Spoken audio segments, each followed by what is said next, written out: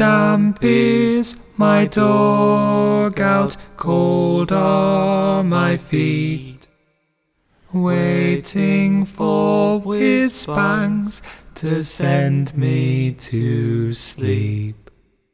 In your mind, what was the relationship between fact and fiction, and how did that relationship sort of progress as the writing process developed? Yeah, so I think it's, for me, the thing I always try and keep in mind is that I'm writing something which has to be dramatically interesting. Actually, quite often I watch stuff where I feel like the playwright is under pressure to prove that they've done their research, or prove that they know that, or it puts, if you can mention, a certain fact or a figure or a date or something, it is useful. That stuff is useful because it does give you context, but sometimes I think there's a pressure that you can only write about a period of time if you're like an absolute expert on it. Yeah. And I think that's not applicable for all drama. Like if you took like a Beckett play or something like that, you kind of go like, when and why and who's and all that, and you can't. And those are some of the greatest works, kind of like dramatic that we've got. Yeah. So I don't think it's like a one-size-fits-all system. And I always I'm always very aware that it's, even by nature of having actors on stage in the first place, you've broken that first contract of absolute historical accuracy. Yeah. And by not using verbatim text, again, you've broken it again. So you've already departed somewhat from absolute historical fact. So I try not to really fall back to that. So for me it's about finding information which is like fuel for the engine of creativity. That's amazing. And it sounds really it's kind of silly like that. But there is some truth in that. You're using stuff which the imaginative driver, or whatever you have on board, the thing in you which is looking for how do you create dramatic situations of conflict which say something about people or about life as you know it, not as imagining how Marigold is, but I always try to make it very personal about me, about what I think and I feel, and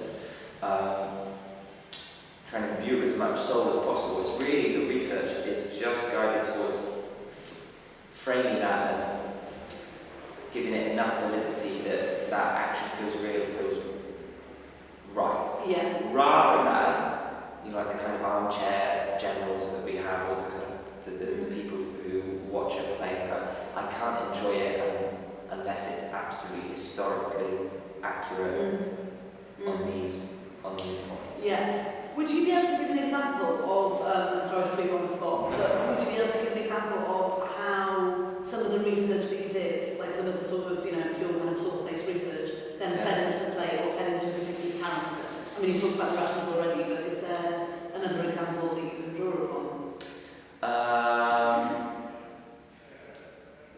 Yes, yeah. I think it was in the final draft. There's a bit. So one of the things I looked at was Ypres and the conflict in that period in 1917, and the different phases that the battle went through. So later on in the play, I believe it's Will who comes and he's talking to John and he says they're moving, I can't remember exactly what it says, but I think they're moving people into the woods, and then there's smoke. Oh yeah. There's that which he's talking about, which is based on an action movement. They were preparing to advance and they saw a German position redeploy into the woods, and they were forced to move ahead their attack, if that makes sense. It doesn't use exact details because it kind of happens. It's an event which I took which happened at a slightly different date to what we need, like out by now, I think maybe a month or 2 months. But it's something which felt like it from that time, roughly, obviously within a few months from that period, from that conflict, from that actual event, and it was something that they probably would have experienced, and it was something which is not an uncommon event, but it's something where you could go, okay, so I've got some facts or some details about this, particularly with like kind of military terminology and how, I guess, tactics work and moving into the woods or kind of smoke and things like that, that I was able to use there specifically for a character to have an understanding, knowledge and appreciation of what a movement like that would mean. Sure. for them, if Yeah. that makes sense. Yeah. I.e., jump over, maybe see Jones moving into the trench and go like, oh, that can have a camping party or something. Yeah. That's Yeah. it's belittling him a little bit, but there's a sense there where that piece of information can be used, not in exactly the way Sure. I found it, but in a way which is very, very close to it. Yeah, and then think about how each of those characters would respond to that. Yeah. From where they are. Yeah. That's interesting. Use your own experience. In the process of creating characters and monologues, you will need to use the research to create people of a certain period, but think about how you can use your own experiences and perspective to create well-developed, empathetic characters.